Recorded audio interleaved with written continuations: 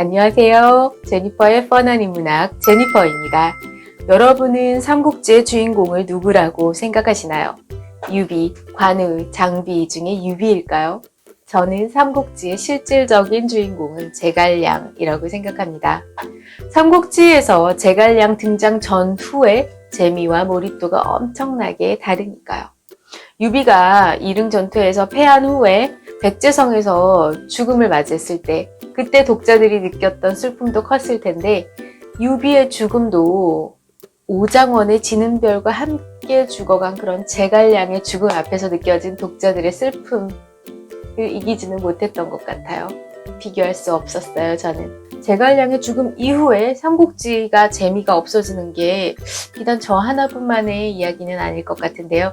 많은 사람들이 제갈량을 롤 모델로 삼고 있습니다. 이제 저와 함께 이런 제갈량이 있게 한 그의 성품에 대해서 탐구해 보도록 하겠습니다. 시작에 앞서 아직까지 뻔한 인문학 구독자가 아닌 분께서는 구독 버튼 꾹 부탁드리겠습니다. 바로 시작할게요. 결론적으로 제 견해를 말씀드리면 제갈공명은 지나치게 충성스럽고 꼼꼼한 사람이었는데 여기에 좋은 점 뿐만 아니라 나쁜 점 또한 있다는 말씀이에요. 다음 내용은 제갈공명의 죽음을 극적으로 묘사한 나관중 삼국지의 내용입니다. 공명은 자신의 병세가 위중함을 알고 천문을 보았고 가장 밝은 별이 가물가물한 것을 보고 자신의 목숨이 다했음을 알았습니다.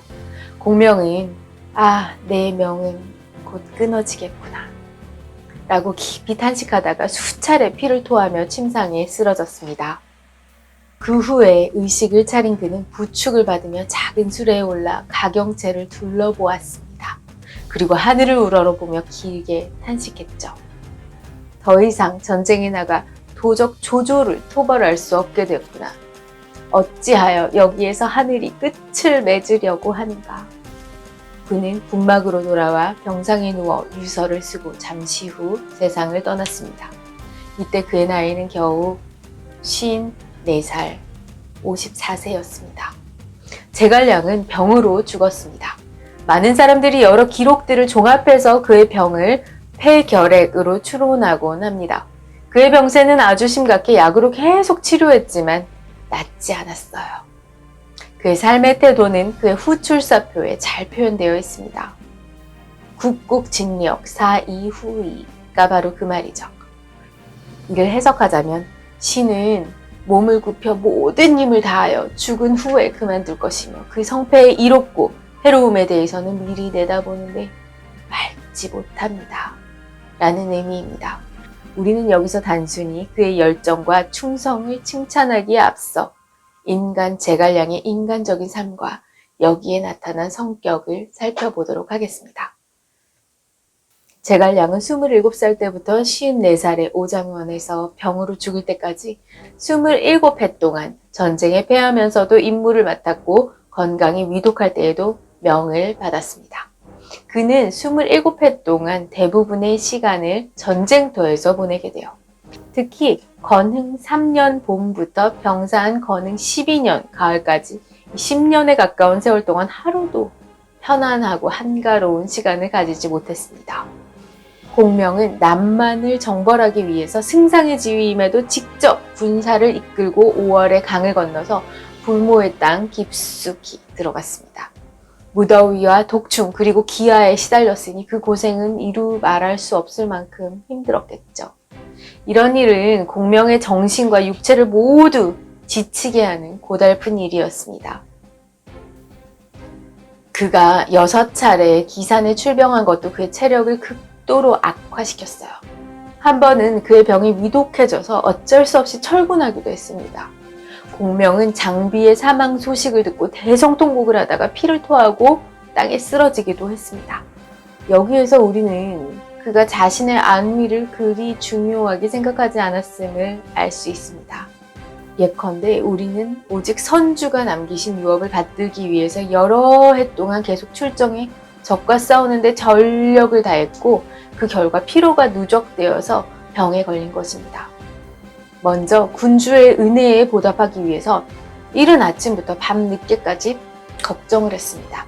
그는 일찍이 신하가 어찌 온 힘을 다하지 않을 수 있겠습니까? 항상 충정의 절개를 다한 뒤에야 죽을 것입니다. 라고 표명했습니다. 또한 신이 비록 몸이 흙이 범벅이 펼지경에 이르러 목숨을 바칠지라도 어찌 은인의 은혜에 보답하지 않겠습니까? 하고 말했습니다. 그는 전출사표에서 장군을 거느리고 북벌에 중원을 평정해서 있는 힘을 다해 간악하고 흉악한 무리를 멸하여 한나라 황실을 다시 일으키고 다시 옛 도읍지로 돌아가려 합니다. 이것은 선주께 은혜를 갚고 폐하께 제 직분을 다하는 것입니다. 라고 했습니다. 그리고 이 목적을 이루기 위해서 온갖 정열을 다 바쳤던 것입니다. 또한 후출사표에서 신은 명을 받은 날 이후로 잠자리가 편치 않았고 음식을 먹어도 맛이 없었습니다. 라고 했습니다.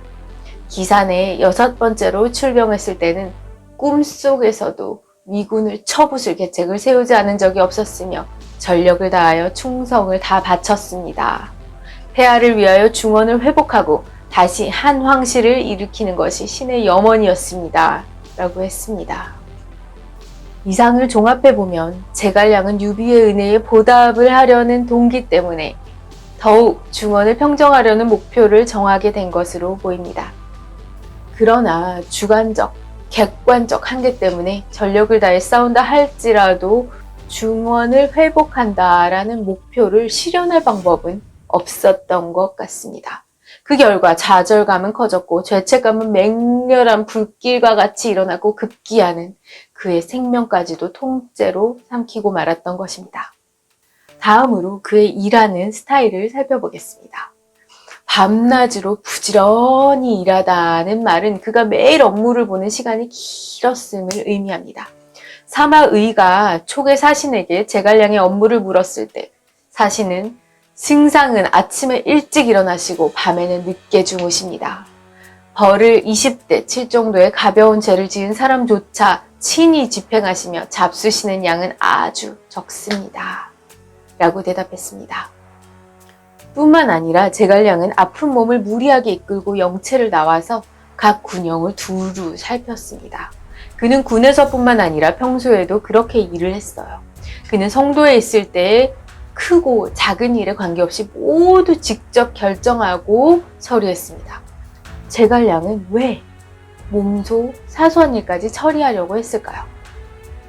주된 원인은 우선 그가 다른 사람을 믿지 않았기 때문입니다. 이는 그가 직접 한 말을 통해서도 알 수 있습니다. 선주께서 아드님을 내게 맡기시어 중한 소임을 받은 터이라 다른 사람이 나만큼 전신전력을 다하지 않을까 걱정하기 때문입니다. 이것도 안 되고 저것도 믿을 수 없으니 가장 믿을 만한 사람은 오직 공명 자신뿐인 것입니다. 너무 사소한 일까지 신경을 쓰다 보면 해가 될 수밖에 없죠. 결국 육체적으로나 정신적으로나 큰 부담이 될 수밖에 없었던 것입니다.